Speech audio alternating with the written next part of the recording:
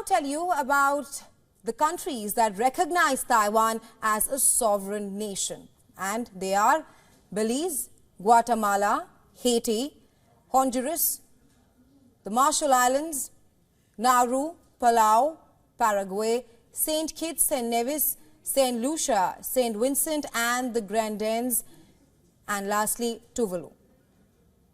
Let's also now tell you about the key contestants in today's poll.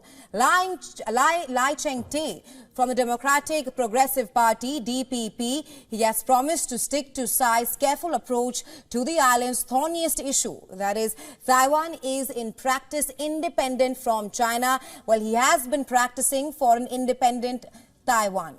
And he has been campaigning regarding that as well. The second contestant is Hugh Hyo-hae from the KMT party. He has been campaigning for establishing ties with China and is seen as a pro-China contestant.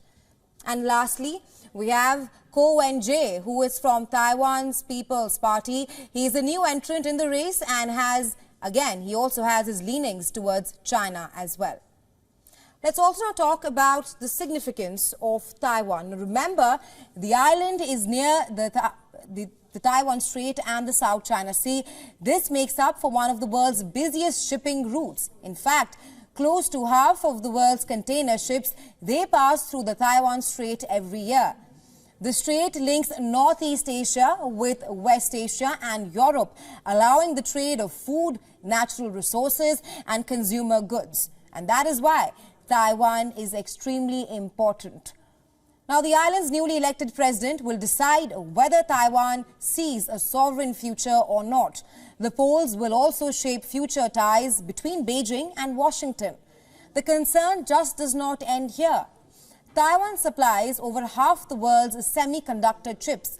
A conflict in the area could disrupt global trade and drive up prices. Now, polling has begun and all above the age of 20 can cast their vote.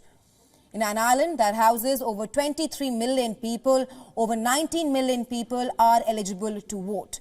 But Taiwan's voter turnout has declined nearly 15% since the early 2000s. The drop is particularly severe among younger voters. The question being, will this election today in Taiwan mark a difference?